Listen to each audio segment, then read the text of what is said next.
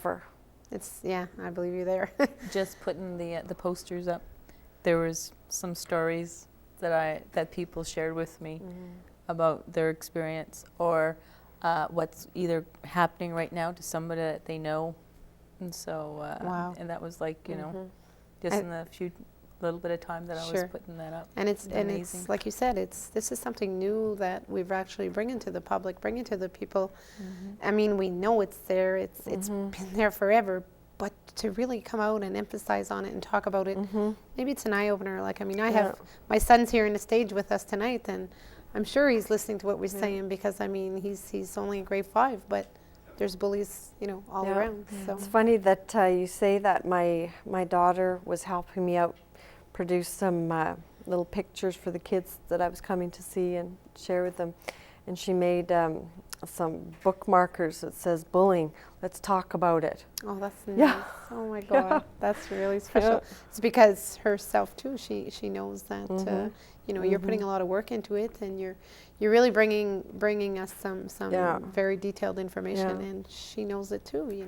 So Like at home, my kids come home from school, and how's your day, and what are you doing? Do you have any homework? Is anybody bullying you? Is anybody ever like, Mom, nobody's bullying me. and she's probably going to be the type where she'll come forward and speak about it. So which is a good thing. That's what I try to teach my 2 boys, is if something's bugging you or if something's going on, please tell us. It's the only way we can help you, and I think it's a good way, at least trying to get them to open up to you. What can be done to stop bullying? Well, that's an excellent question. When Patty called me up, she said, "How is the best way to address this?" And I have 3 workshops that I do. One for teachers, one for children, and one for families.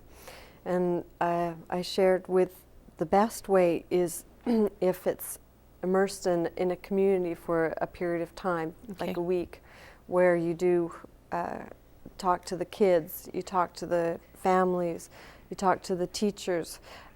Schoolyards or around schools is where the highest incidence of bullying happens. So definitely the teachers are in positions to help the kids out. So bringing the community together like we're doing this week is very beneficial. Talking about it, having zero tolerance for it, not just saying any longer, oh, look at, boys will be boys, or isn't that cute, or they'll work it out and stuff like that. Those sort of skills are need to be taught. So working with our children, talking with our children about different skills. How does this feel? How do you think someone else might feel?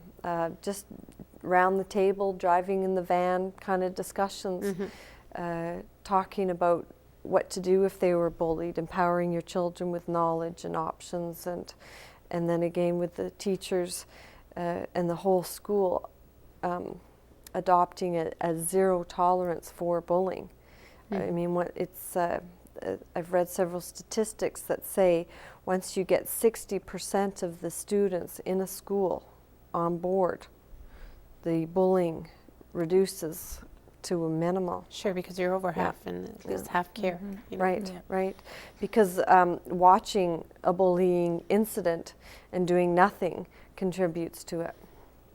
So being able to stop it and having the power and the knowledge to stop it, which takes adults teaching and empowering our children how to do that. How to do it. Oh, well, that's an excellent thing. What can parents do if their children are being bullied? Okay. First of all, the children or the parents should educate themselves on how the school deals with it, because that's more than likely where it's happening. School bus, school playground somewhere. Anything related to the school. Yeah. Yes, so I agree. what's the school's policy on the bullying? How does the teacher react to the bullying? Having discussions with the teacher about bullying. Having conversations with their child. If bullying is happening, what can you do? You can walk away. You can yeah, it's not yell, but say in a loud voice back to the bully, "Stop, I don't like that." You can play in areas that you're surrounded with your friends, play in safe areas, not in little corners or behind buildings or behind structures. Dark areas, yeah, right, that the sure. teacher, supervisor can't see you. Right. Knowing where the bullying is happening and empowering your child with options on how to deal with that. Like you said, your brother came and walked you to the Go swim. Yeah. So if it's happening on the way to school, maybe you're walking your child to school. You're getting neighbors together and putting groups of kids walking to school together. Or you're rotating with neighbors and taking turns walking a group of kids to school, to and from school. Or an older sibling or an older child in the neighborhood who you can trust walking your child to school. Another piece of advice would be to document, very carefully document what is going on, who the bully is, what the bully is doing, where it happens, how it happens. It's routine, probably. Yeah, There's routine yeah. factors So you there. can take it to a principal or take it to the police or take it to the school board and make Do sure, something. yeah, because at least if you know you have it documented and there's 3 or 4 kids involved, you know, you could sort of link the story back to what's happened. True. But never let your child think that they're the one that caused the bullying or they deserve to be bullied. So, you know, empower them with different skills and knowledge around that. And teach them too that it's about power. So if you can not cry in front of the bully, because that's what they're looking Be for. strong. Be Yeah, strong and be tough. strong and walk away. Find a safe place right away and cry there.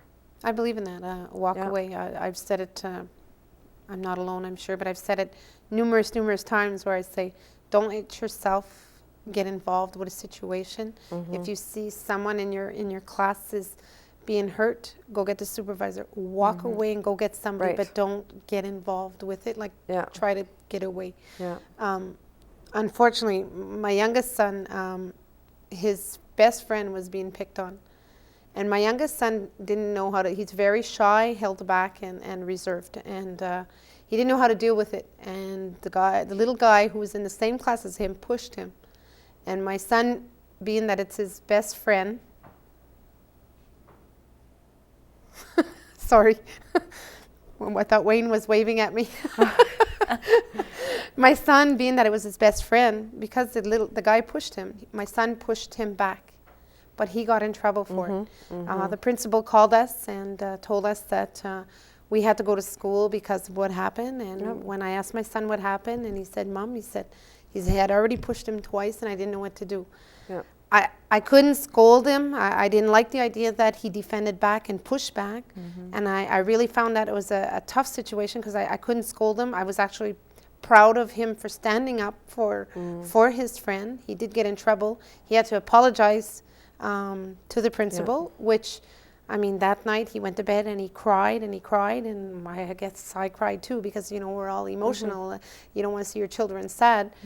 But I specifically told him what he did was not a right thing because that's exactly. it opened it up, is what it did. What he should have done was went and got a supervisor, but I guess he just never thought, and being that it was his best friend. He said he would never do it again, and I know he won't because I know he learned a lesson. The sad part was, I mean, I know he got penalized for what he did, but, and I mean, I grounded him in the sense of putting him to bed early, but I didn't yell at him for what he did. I mean, I was proud of him in another way of at least trying to stand up for his best friend. Yeah, it is, it's a tough line. Like many men that I've spoken to, their solution, well, the thing that stopped the bullying was to bop the guy back in the nose. My husband did it, several men that I've met over the last few months. But it's not the right thing. It's not the right thing to do. No, two wrongs don't make a right. That's right. I agree with that. And I mean, the kids don't know, adults don't know, and I guess if we teach them the right from wrong, hopefully, you know, we'll intervene from that. I mean, like I said, I'm sure my son will never do it again because we told him ample amount of times it was not the right thing to do. Yes. You know. And that's excellent. The discussion, the dialogue. Yeah. It was. I thought was a good thing for him. Yeah. What do you do if your child is aggressive? You know your child is aggressive and likes to bully other children. You know so and so's child is aggressive. What do you do?